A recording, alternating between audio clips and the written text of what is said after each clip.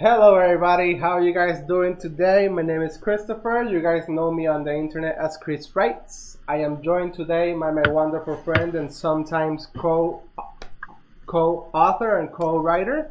His name is Robert. Robert, introduce yourself.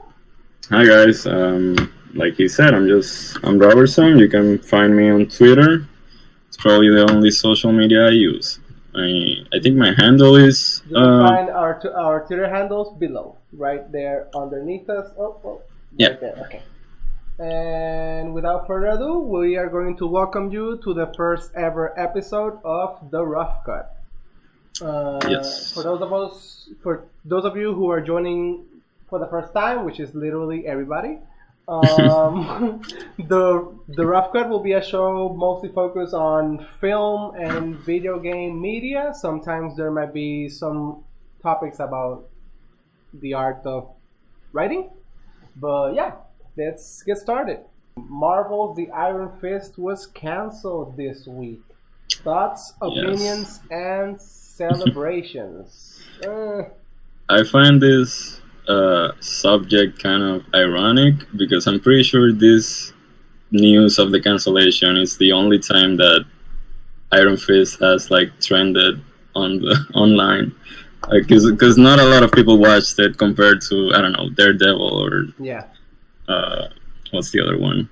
Jessica Jones. Jessica Jones, yeah. Or Luke Cage. It was always the black sheep. Is that the saying? Forgot. Yeah. Mm-hmm. Yeah. Of the Marvel shows. I mean, I started watching it back when it premiered in 2016, I think it was. And I'm not gonna say that it was the best show, but it was definitely interesting, sort of. Its main weakness was the main character, Danny Rand.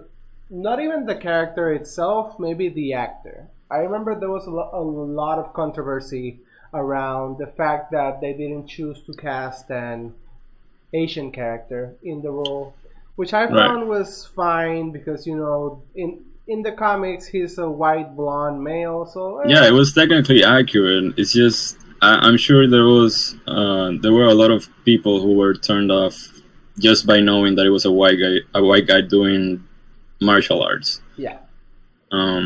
That I think that was an inherent problem of that IP specifically, because it just looks unusual. Yeah. It looks kind of like a throwback to 60s and 70s martial, you know. Because that's when the comics were created. I think they were created like in the 70s or the 80s. Yeah. I'm not really sure. So it's typical of the time to have those kinds of movies, and they're still seen to this day. Like, white guy arrives at an unknown time and he suddenly becomes the master. That's a pretty common theme, right? And it's open to a lot of people because, well, yeah. But so we actually didn't to go into detail about the cancellation. So it happened like how many days ago? About 3 or 4 days ago. And both Marvel and Netflix released like a statement to Deadline. And you know that it was a typical statement. You know, they were proud of the show, but they were choosing not to continue with a third season. Yeah, it sounded pretty mold-like. Right. I guess I didn't. No, to be honest, I didn't really care because I wasn't always I wasn't interested in those Marvel shows. I watched the first season of Daredevil and I liked it. I thought it was good. And I watched some episodes of Jessica Jones, and I thought it was good, but it wasn't like my thing. So when I heard that Iron Fist was the worst show of those, I was like, well, then it must be really bad, or I'm not gonna like it or something. Oh wow. So I didn't really watch it, but yeah, I guess it wasn't really my thing. I wasn't impacted by the news of its cancellation. I always have an interest on. I always have an interest on what Netflix cancels, just because they don't work like a traditional TV network.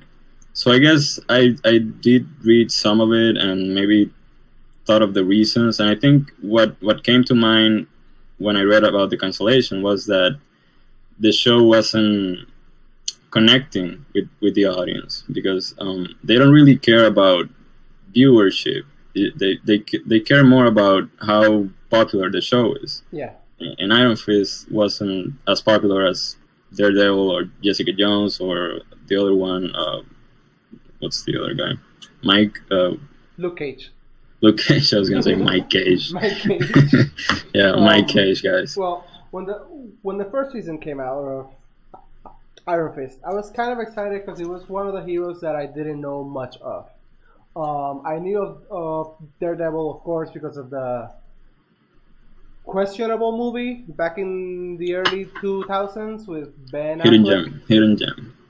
Yeah, the cult classic. Um,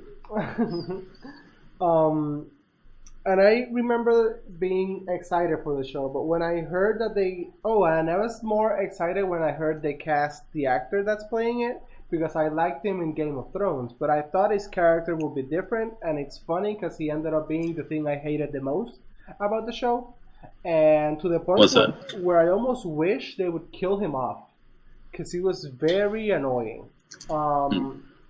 But I remember watching the first season and thinking, well, this is terrible. And immediately after the first season came out, they announced that it was coming for a second season. So my first thought immediately was, well, they're probably keeping it part of the Marvel Universe. They're probably keeping it on because they want to eventually create Marvel the Defenders, which is what eventually happened. But then when the Defenders came out, he was the worst part of it too. And then he barely had any screen time. He was really annoying. Everything he said was just, oh, I lost my, like, it just sounded like complaints. So all this character does is complain. I have to say, one of the other factors that kind of turned me off from the show was precisely the actor, because I did not like him on Game of Thrones.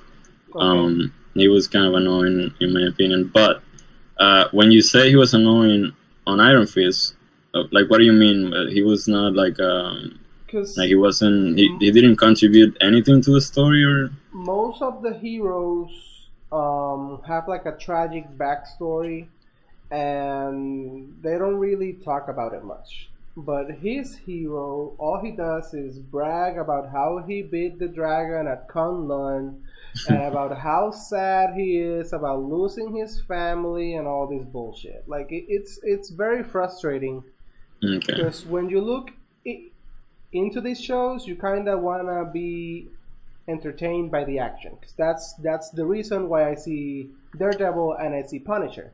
Because you just want, or for me personally, I'm not saying everybody wants that, but for me personally, I just want to get lost in the fight scenes, and then to have this one guy that just barely fights, and then all he does is complain, and like, it felt more like a drama than a superhero show, which is something that could be viable. I'm not saying it's not. I would actually love to see a certain style of hero show like Watchmen was, that was kind of like a drama with superhero themes, which is coming hopefully from HBO. Hopefully, I think we saw a still the other day, or a poster from Damon Lindelof. Yeah. He shared a photo from the set because they just started shooting. But I liked the movie. I liked the story. I did not read the graphic novel, so I have no idea what that image was about. Hopefully it's gonna be good, because I have high hopes, because I really like that movie, even though it's really long and I struggle to watch it because it feels like I'm watching a 60-hour documentary. But I really like it. But anyway, getting back to we digress. Iron Fist. What's funny is that this second season, the creators of the show basically realized, or at least accepted what everybody knew. The worst part about the show is the main character. So what do? They cut down his screen time. He barely showed up on the second season.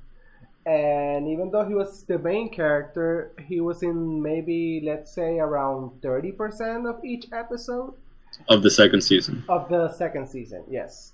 And they did something even further than that. They basically removed, and it is a spoiler for those of you who are watching and haven't seen the second season. This is a spoiler. This is your spoiler warning. Spoilers for a canceled show. Spoilers for a canceled show that you're really looking forward to seeing. They basically took his Iron Fist away and they gave it to the better actor, the female co-star whose name I completely forgot, and I apologize. It's very unprofessional.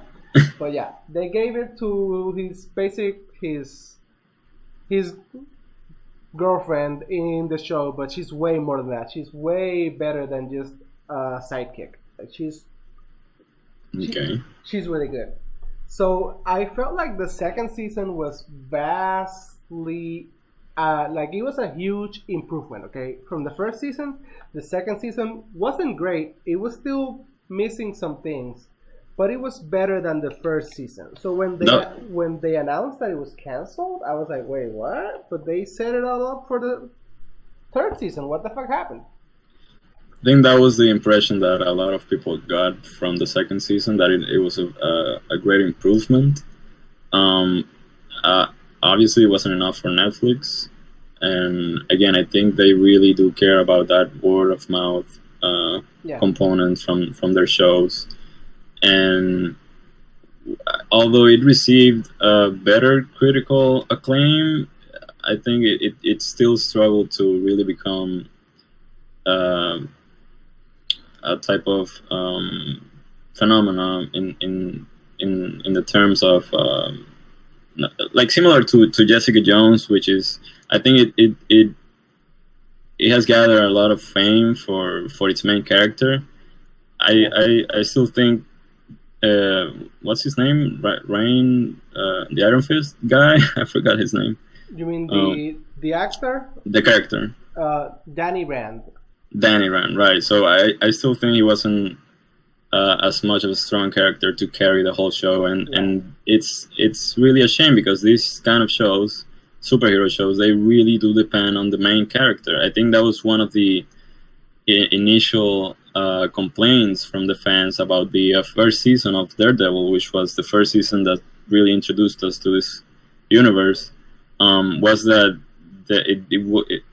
it depended on B characters or supporting characters, like Foggy?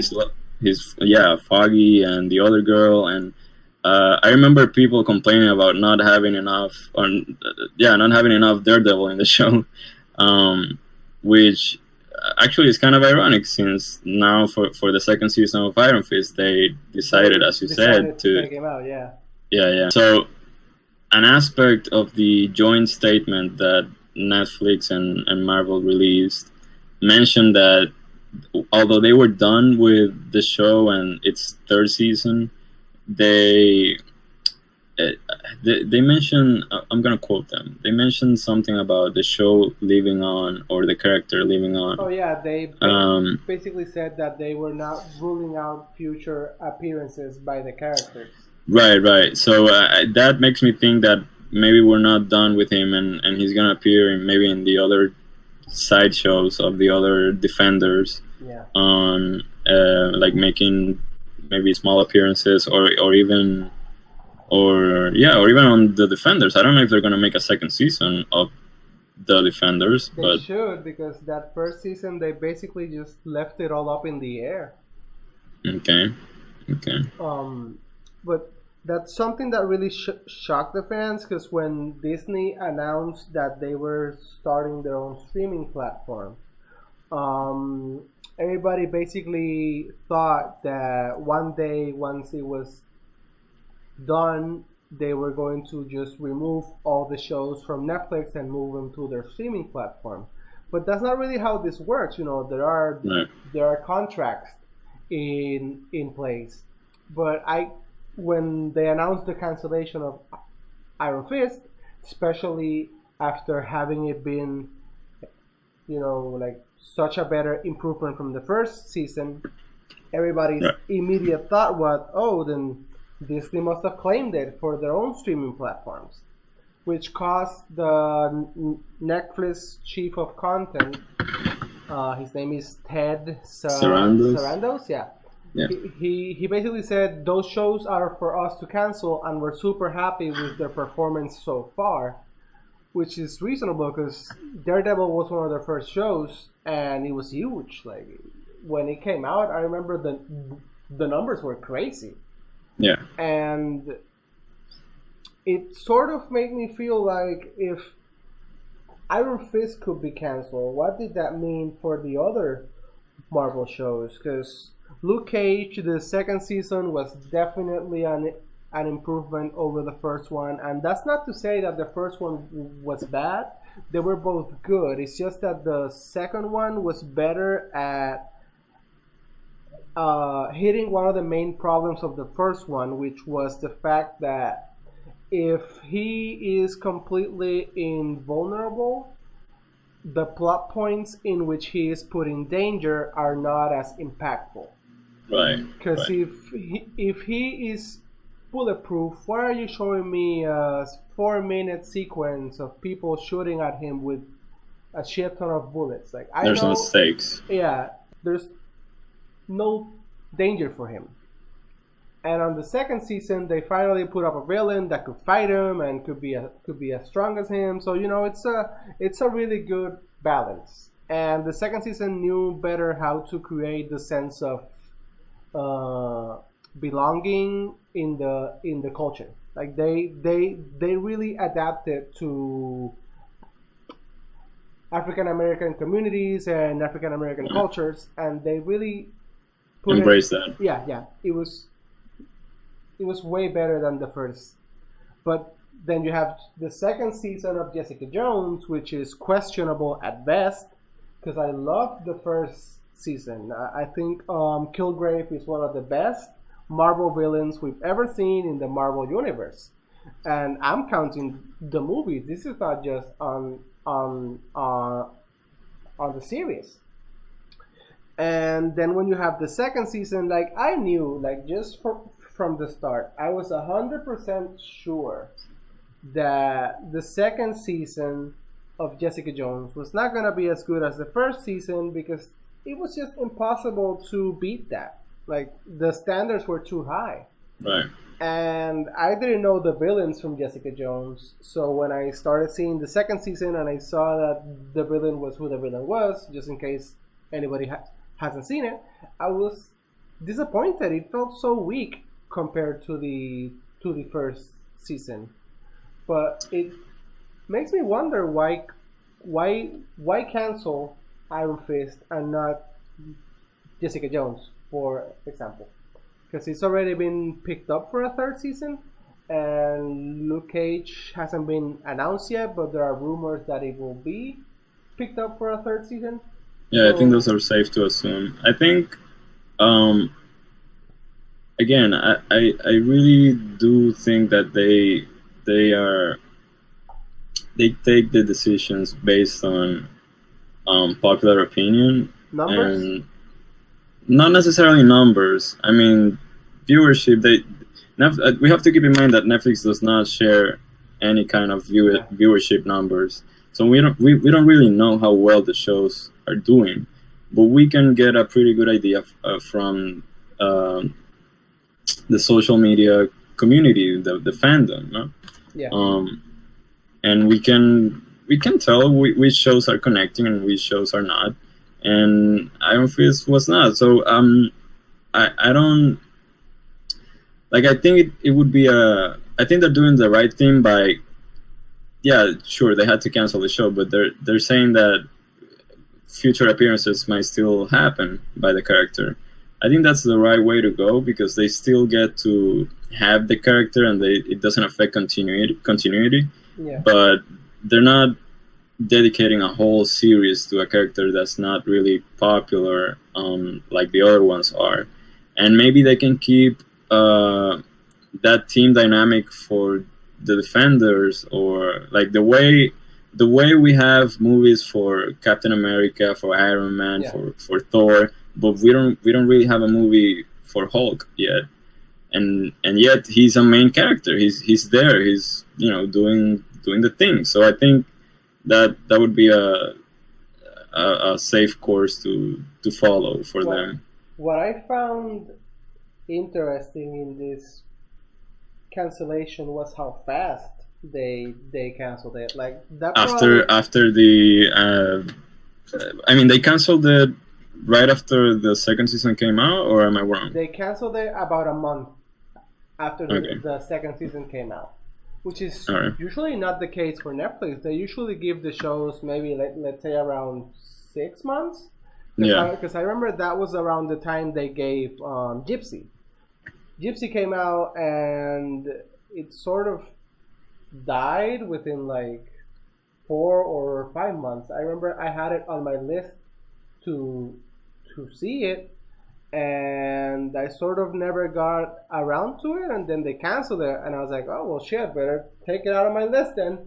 mm. But with But Iron Fist, it came out by the beginning of September. I remember because it came around sort of the weekend before Labor Day, and then they canceled it in like a month and a half, which probably makes me wonder if they were considering its cancellation even before the season was done.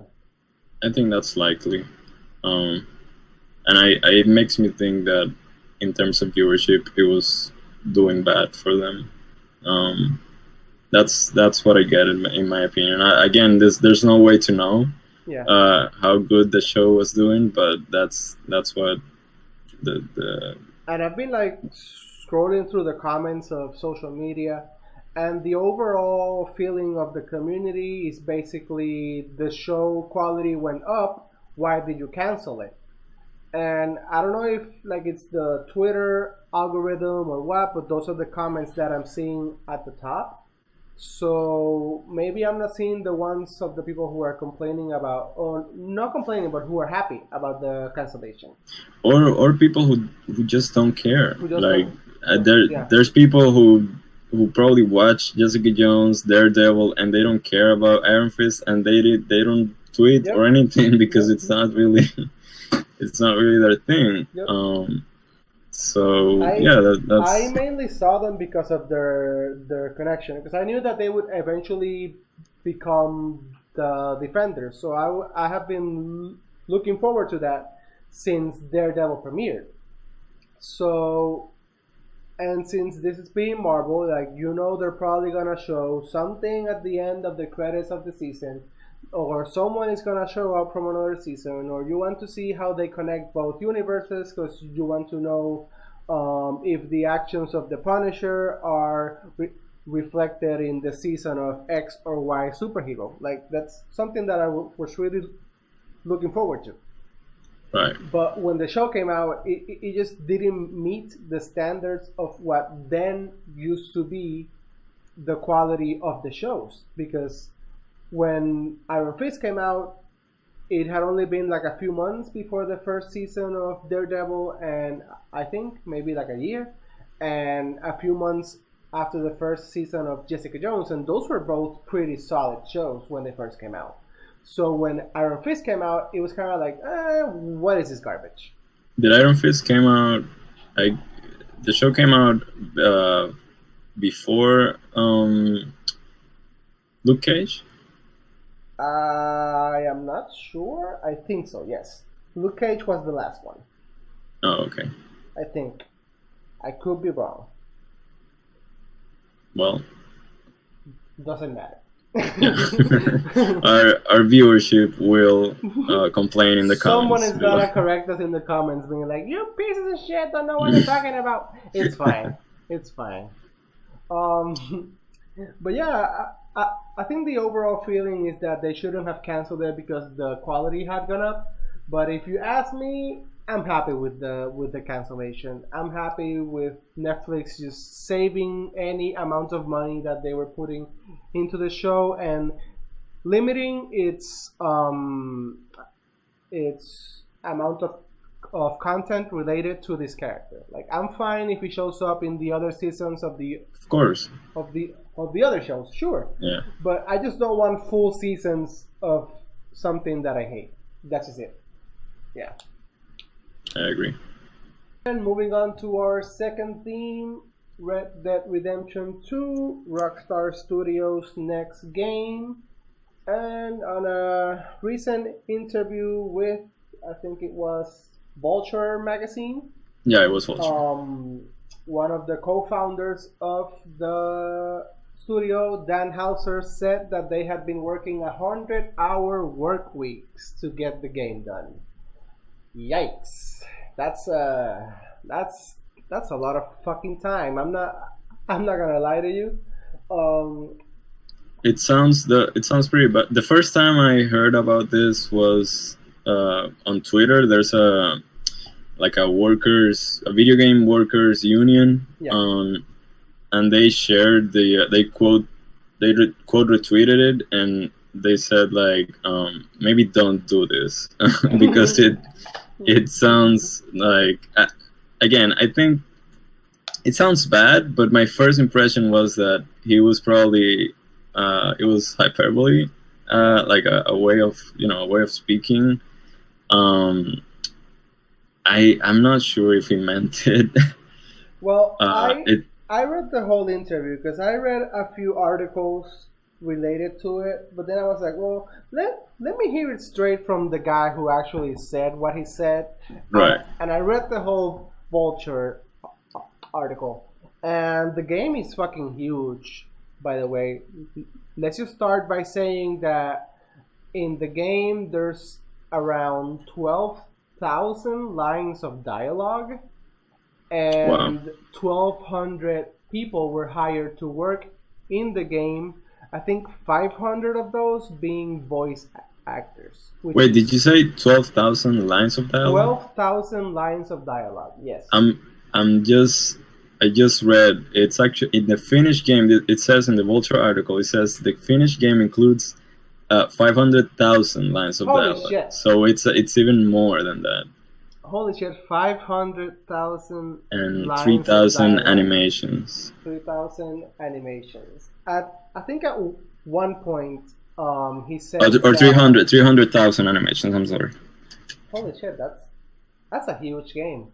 Yeah. And I think at one point he said that even the most basic of the NPCs had 80-page scripts.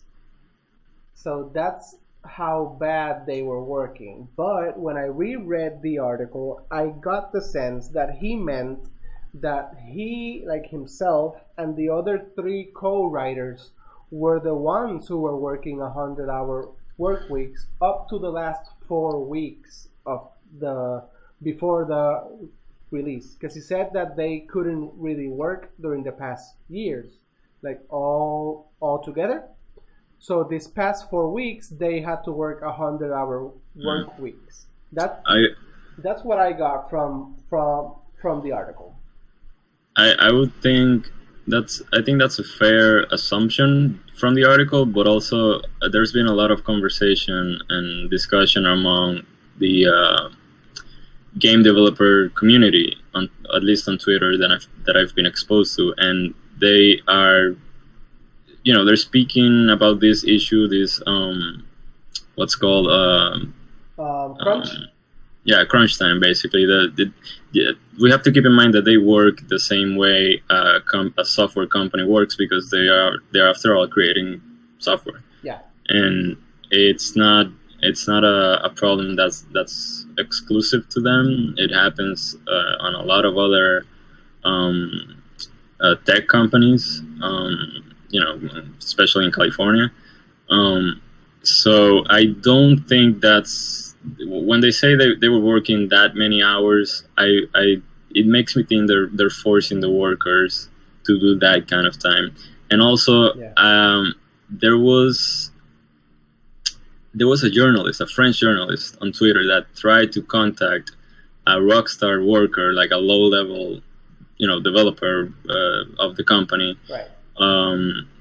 actually he was part of Rockstar's team on India, Okay. and he tried to contact, and he when the worker realized that they were asking, the journalist was asking about the working hours, the worker disappeared. He just deleted his account, and Oh he shit. chose not to talk about the working hours that Rockstar is putting on them. I just remember that. I don't know why I didn't brought it before, but yeah. So I think the situation must be really bad, um, for those low level workers, and developers that are working in the company. Plus, Um, this isn't the first time this has happened. no, They have another accusation from back in 2010 when they were working on Grand Theft Auto 4. There was an open letter from people that call themselves the Wives Club or something like that, the Spouse Club, and it was okay, basically all the wives or some of the wives from the workers that were working on Grand Theft Auto 4, basically complaining that they never got to see their their family members because they were working way too many hours. shit, And this letter was huge. I didn't hear about it at the time, but I read the articles, and Rockstar had to completely revamp their work structure. In fact, in the Vulture article, the reporter asks that Dan Hauser once again, what are you guys doing to prevent another open wife letter from coming out? And he said, "Oh, we restructured everything, we changed everything. We're very proud of our work ethic." And then this comes out, and then he's the one who says it. So right, I have no idea what to think because I feel like they probably like maybe that they didn't do 100 hours, but if he was comfortable saying 100 hours, that's because the probable real number is probably still bad. Like right, the it it's it, like it's such a huge game and it's been 7 or 8 years in the making. Like we're not gonna sit here and deny the fact that it's probably been hell. In fact, he even said so himself. He said this is the hardest game we have ever developed. Everything else we've done in the past just seems like a like a cakewalk. So it wouldn't surprise me if they actually crunched so hard on this one game. right. So there's been, as a result of this controversy, there's been a lot of discussion about, um, well, taking care as a developer of your health, and I think that's something that the top level developers should always keep in mind. And in fact, a lot of them shared on social media their opinions on this, and at least the ones I saw were the one of them. For example, Pete Stewart, he wrote like, I think he tweeted, "I don't want devs to work 100-hour weeks, even if the end result is a game of the year. No game is worth that kind of burnout." Um, I mean, that's just it's not something that it should happen, and yet it does. I think it's especially shameful because you can expect this kind of behavior from like an independent company or something, Yeah, that a company that's not really known, people or who especially can regulated, really hire a bigger team for it to minimize the workforce load. or they don't have as much to lose by complaints from employees. Like maybe Yeah, they're not regulated enough, but when you see this kind of thing happen from a huge company like Rockstar, it really speaks to the status of the developer community in video games. I think it's yeah. it's just a shame. One tweet that I saw that I found really interesting. I don't remember who said it. I was just trolling through the comments of the article. But I remember a guy said 100-hour work weeks is not really a labor achievement, but a management failure. And that's basically what I think Right. is the end result. Like if you couldn't manage 7 years of production in a way where you could spread out the work more evenly, then you fail. Yeah. Yeah. If it's not possible by doing it the right way, then it's not possible. Yeah. And it's not really a video game thing. Like this thing about crunching, you see it in any sort of company that has a long prep time. You see it on programmers, you see it on video game developers, movie editors. Like this is like very common in the workforce industry of the creative world, and it really shouldn't be a thing because if if the if the crunching was paid, then maybe, and that's a huge maybe, you would be like, well, they're getting paid for their time. But most of the time, these employees are on a salary, and anything beyond 8 hours is just basically free work, which Right. is probably one of the biggest failures. Like you're putting 100-hour work weeks, and you're only getting paid for 40. That's insane. It's just not worth it. And especially on a company that makes around $1 billion per game. Because last I read, Grand Theft Auto 5 by 2017 had made $6 billion, making it the highest paid source of entertainment ever, beating every single movie box office record. Like, you're telling me that a company that made $6 billion from one single video game cannot afford to hire a bigger team in order to develop the games in a more organized manner. Like, this just should not happen. That's just it. I just read that there was a lot of comments from former Rockstar employees. Yeah. And one of them, in a since deleted tweet from a former QA employee, he said, "I worked 80-hour weeks at Rockstar until I had a breakdown. If I hadn't, my contract would have been terminated. There are plenty of ways to force a person." Yeah, that's coming from someone who actually worked there.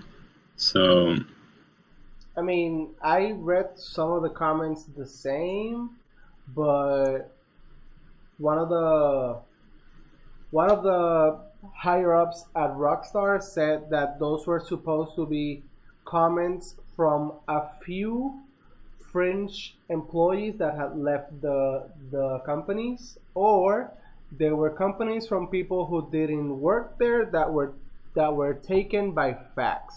That's what they said.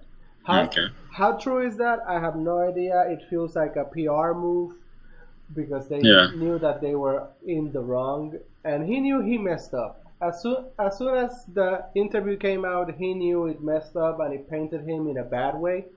But it was already out, and I'm sure this is not going to affect them whatsoever. That game is still gonna make them Oh billions yeah, of dollars, and no one is gonna care. of And course. you'll see, give it like a year, and they'll be like, "Well, those 100-hour work weeks were worth it because look at this game; it's beautiful." But at the end of Probably. at the end of the day, this is fucked up, and it should not have happened. Moving on to our third team here, Jason Blum can't find any woman director. Okay, apparently they don't exist. They're not a thing. Right. They're not real. They're just really hard to find. Okay, guys. It just doesn't happen. I think when I suggested this subject, this topic, he hadn't yet apologized for his comments. So we're I'm probably gonna discuss that too. But basically, just to for those who don't know, Jason Blum, well, is a very successful producer, and especially a horror producer. He's the head of Blumhouse Pictures, and they've made a lot of successful movies like Get Out and The Purge and Paranormal Activity. Right, that was kind of their starting franchise. The breakout, yeah. They are especially famous, or Jason Blum is especially famous because he makes cheap movies that happen to make a lot of money on the box office. So he has a certain status, and he was recently interviewed because, well, he produced the recent remake that just came out of Halloween, or not a remake. I'm sorry, the sequel. It's an actual sequel. Yeah. From the of the first movie, and so he was interviewed, and the journalist asked him about the reason why Blumhouse hasn't really produced any horror movies that were directed by women, and he got a lot of heat on Twitter and other social media because of his comments, because he basically said that there are not a lot of women horror directors. Yeah, his direct quote was, "There aren't a lot of female directors, period, let alone horror directors." Right, and again, he got a lot of heat on social media because there are plenty of women horror directors. They're just not known, precisely because people like him don't give them the opportunity. And I think Jason Blum has always he has a certain fame of being open-minded and very liberal and progressive. So I really don't think I do think he spoke too fast, and he probably said something that he didn't mean, and he was probably on defensive mode because I'm sure he didn't expect that question. So I think what's especially frustrating about this is the fact that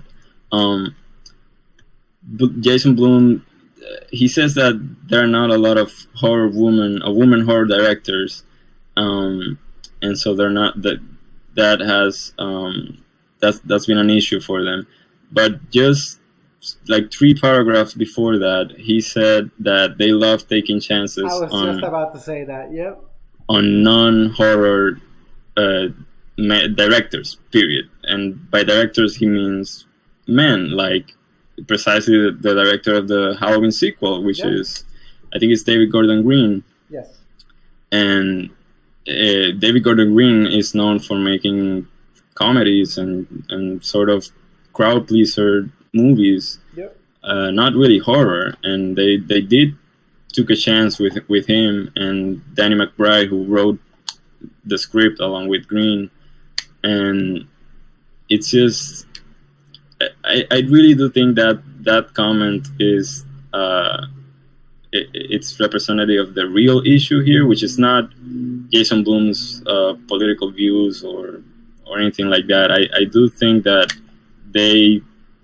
people like him, and again, it's not an issue just for Blumhouse. In fact, Blumhouse it's a relatively small company in Hollywood. They don't make a lot of expensive movies. They do make a lot of money, but they don't spend a lot of money on making them. Yep.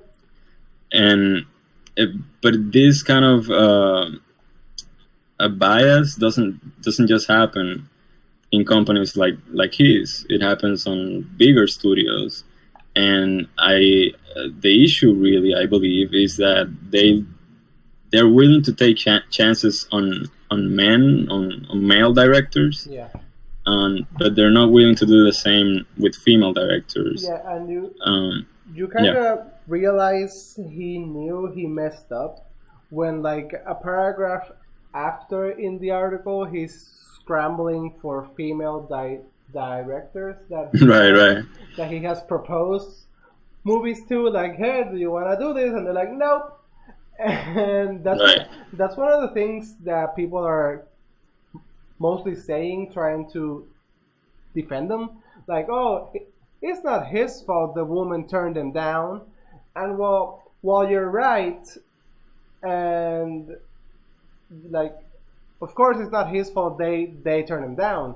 But it's hilarious to think that, like you said, two paragraphs before, he said, "Oh, the Blumhouse method. You take people that don't make horror and you make them do horror." And then you're like, Right. "Oh, there just aren't women who do horror." Of course. It uh,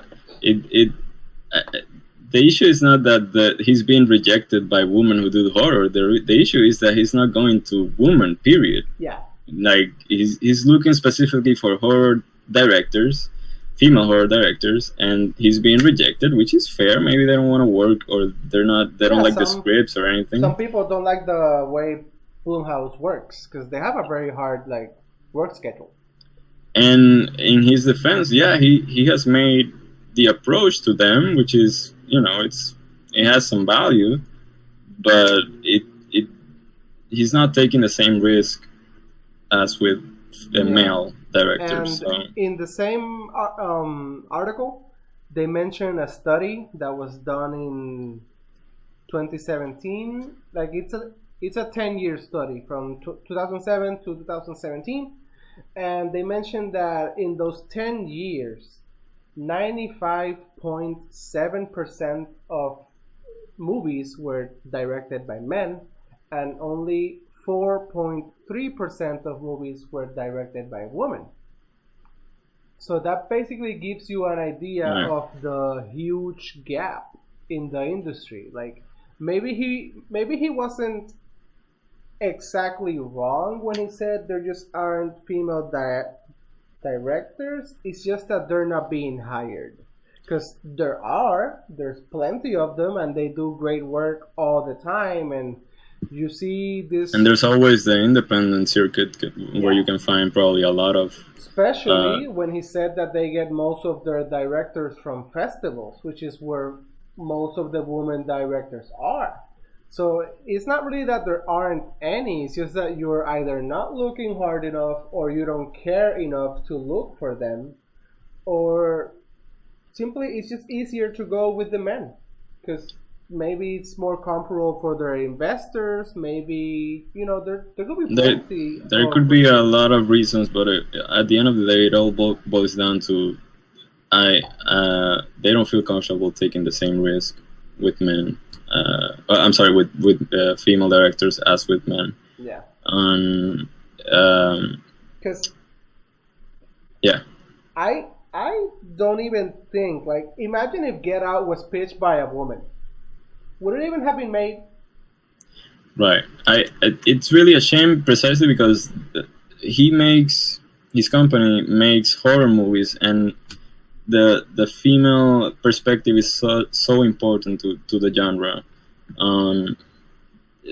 For years you could probably make the argument that the horror movie genre is about women. It's about women in danger. It's about women defending themselves, and it's really a shame because they could really, if given the chance, the means to make big, or not big, but commercial horror movies, they would be able to bring a lot of valuable perspectives that we haven't seen before.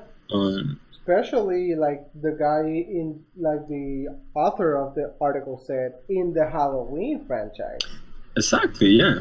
That's an excellent example. And especially on this last one, which involves not only the main character we've always known, but her daughter too, right? I'm not sure. I'm probably gonna see it. So I know that it involves a younger female character too. Yeah. Oh, I think it's her daughter. Yeah. And that's also one of the main arguments. Like he didn't even have to look that far to find a female willing to direct the Halloween movie. He could just get Jamie Lee Curtis. Right. Like she's just as much of a staple of the movie than Michael Myers himself. Of course, yeah. As I said, he apologized later. He shared one of those long note apologies on Twitter. That's so common Yeah, nowadays. the classic. Of course. You know, Um, this actually got me thinking. Which non-horror female director would I like to see make a horror movie with Blumhouse? And I boiled it down to three. And one is Catherine Bigelow. right. The other one is Dee Reese from Mudbound, and Lynn Ramsey. Like those would be my three go-to for a horror. Those are pretty good choices. I would have to think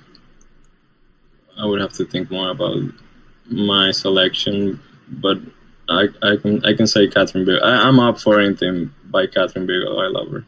Um, his apology basically said that he spoke too quickly, and he was thankful about he was thankful for everyone who make fun of him on Twitter.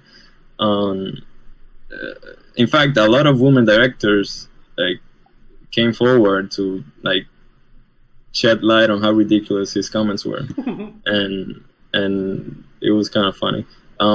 So he mentioned that some of his most successful franchises are anchored by women, which it's true. You know, their stories have a pretty, you could say that they have a balanced point of view, point of views. Yeah, but the point wasn't really that there's women involved, because Exactly. that was Yeah. one Yeah. of the arguments that I saw. Oh, you're looking at the directors, but you're not looking at the cast and crew. The cast and crew Of course. is mostly female. Well, yeah, of course. We're not saying there are no women involved in his movies. We're just saying that they just don't direct them. Right. Yeah. It came out, that part of the apology is, struck out as a kind of how do you say this? Like you're deflecting basically. And also the part where he says that the way my passion came out was dumb. That kind of sounds like a deflection too.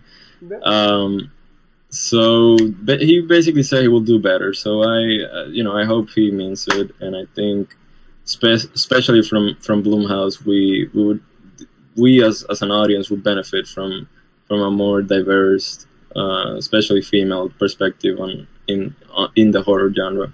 Yeah. Moving on to the last theme over here, we have a spicy video essay for you guys. For those of you who want to know what we're talking about, you might want to pause the video right here and go into the description below, where we are going to link the video essay. It's a very interesting one. It's called The Epidemic of Bad Cameos. It's a video essay by a YouTube user named Will Schroeder, I think it's pronounced. Yeah. I'm always on the lookout for new video essay content creators.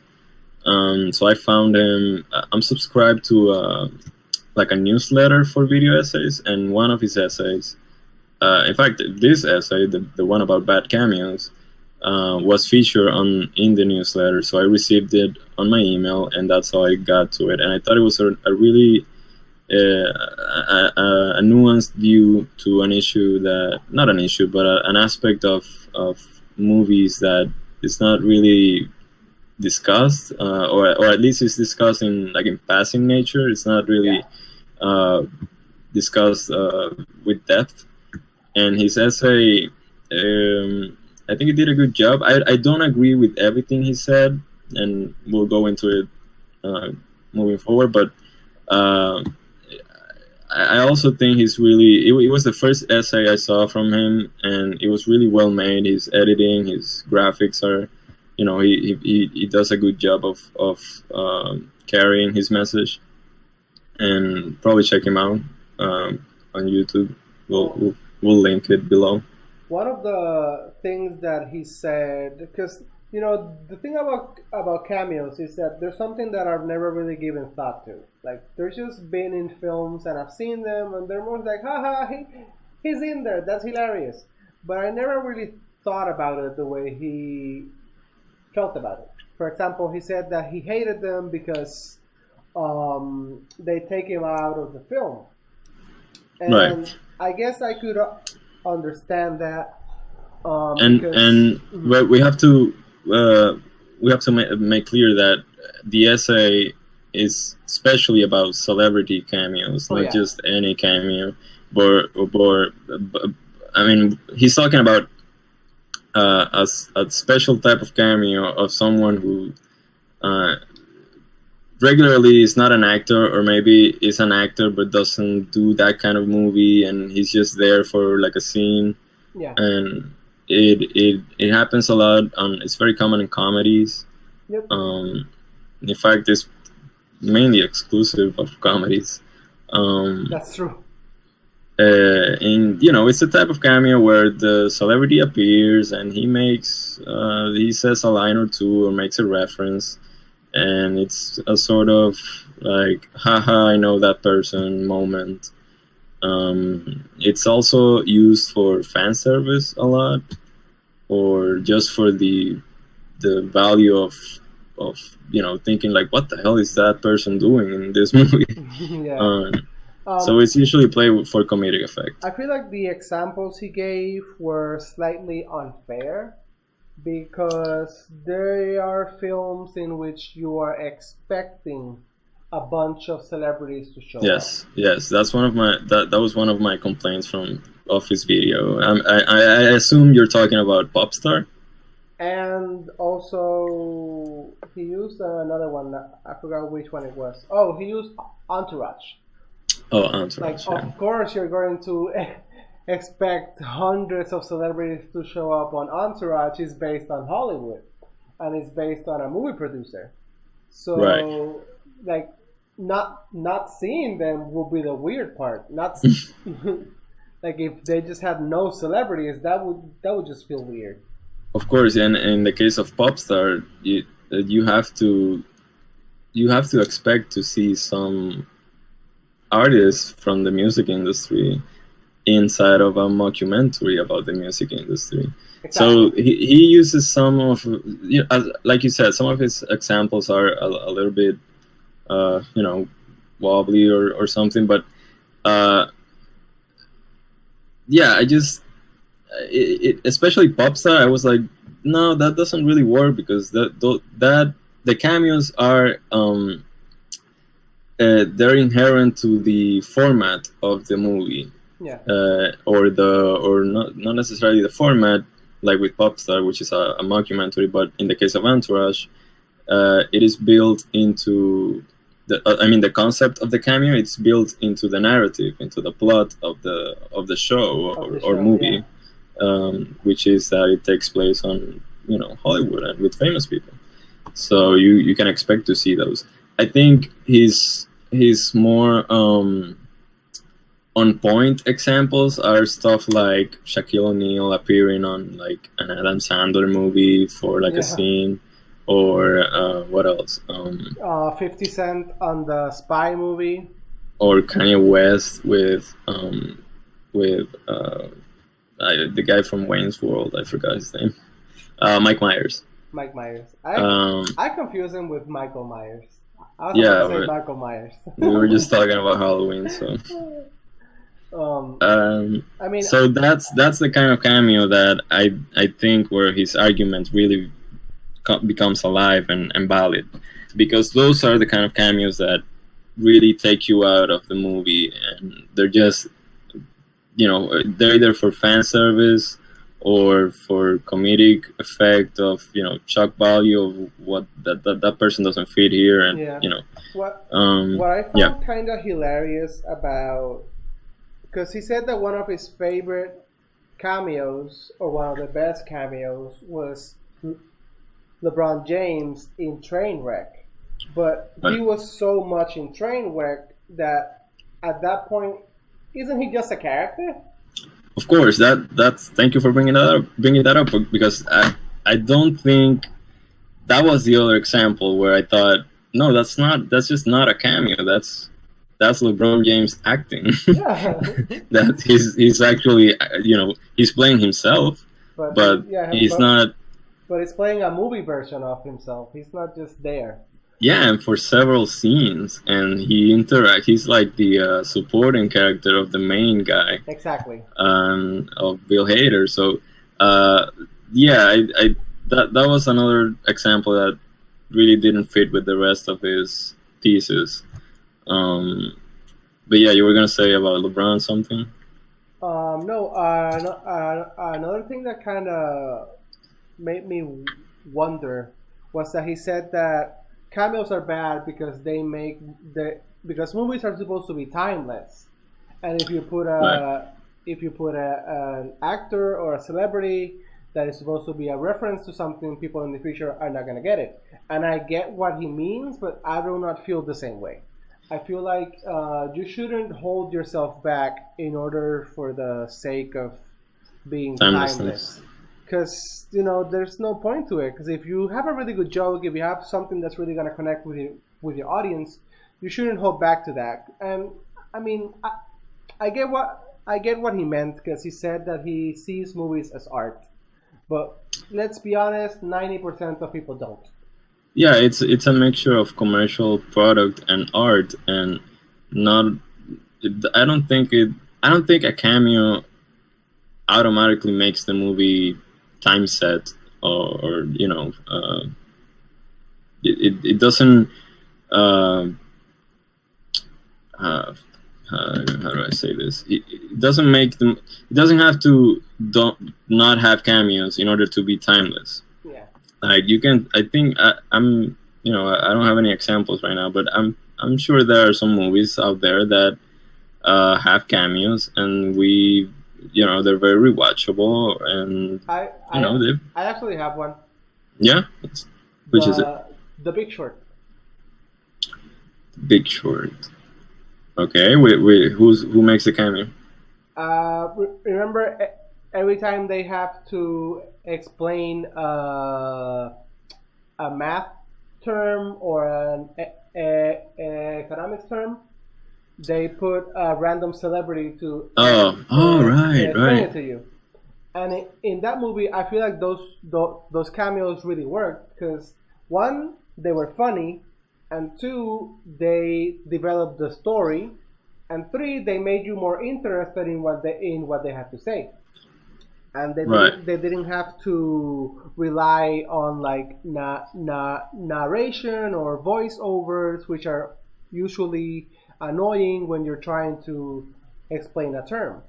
So I do. It's an interesting thing because actually, I that movie is a wild ride, and I don't think it had any pretension of achieving timelessness in any way. Like it was very period set, not only because like it had music from 2008, and yeah, those years where the market crashed, and so it's almost like a period piece, except for those celebrities that, as like you said, happen to appear for a scene or two to explain those difficult terms and concepts.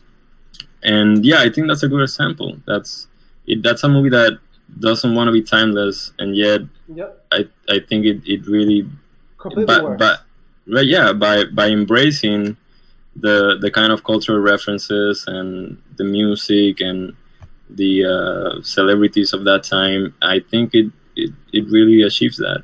Um, another example that Will mentioned in his video was Tom Cruise in Tropic Thunder, which also bothered me because I don't think that's a That's cameo either. obviously a character. Yeah, That's that's that's an like important he's character. he's not even going by his own name. How could you call that a cameo? Just because Yeah, he's more famous than everybody else in the film? Come on. yeah, yeah. Uh, and not only that, he moves the plot forward. Like Yeah, he he's does. an integral part of the story. If you take him out, you impact the plot. And he was also one of the best parts of the film, which is kind of Yes, I love him. like it's kind of a weak film, but with him in it, it's hilarious. Absolutely, yeah.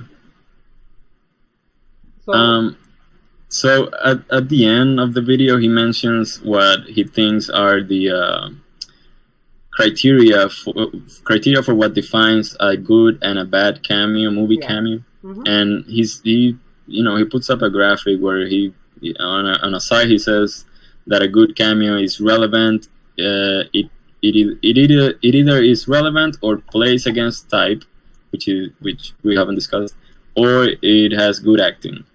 And a bad cameo, it's just because they're famous and it's completely random, which I feel like both lists are incomplete. I think he's missing some of the qualities that make a bad cameo bad and a good cameo good. And I think definitely good acting, I think it belongs there. And because if the worse the acting, the most jarring the appearance of that person is. Like he mentioned some examples of bad line readings on movies that are just like they make you aware of how they just jammed this celebrity in there.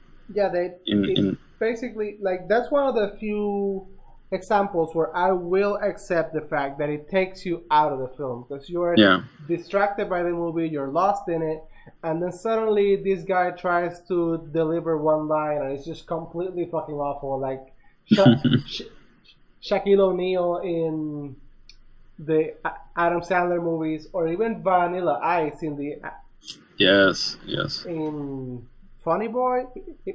It's a boy. I don't know how the fuck that movie called. The movie where it's just really Adam bad. Sandler plays Andy Samberg's dad. Yeah, that movie is just something that was something that we should never speak about. Okay, and even in that topic film, is banned. Even in that film, he makes fun of Vanilla Ice's cameo, but even then, he's a character. He's in like a huge chunk of the film. So can you really call that cameos? You know, we're going back to the same argument because I don't agree with the whole video, but I think it was a good video overall. I think, I mean, if we have to define what makes a cameo, I would definitely go with it's just for one scene and it's inconsequential to the rest of the movie. Yep. I think that's a cameo when a person appears and he does something and then he leaves and we never see him again. And that's usually when that happens. That's when I'm like, oh, they got that cameo. That's cool or funny. I also find it unfair how he said he wasn't going to go into the cameos of the superhero films, because those are riddled with those, okay? And you don't see him criticizing them. Like in each and every one of them, Stan Lee shows up, does some stupid shit, and then he just leaves.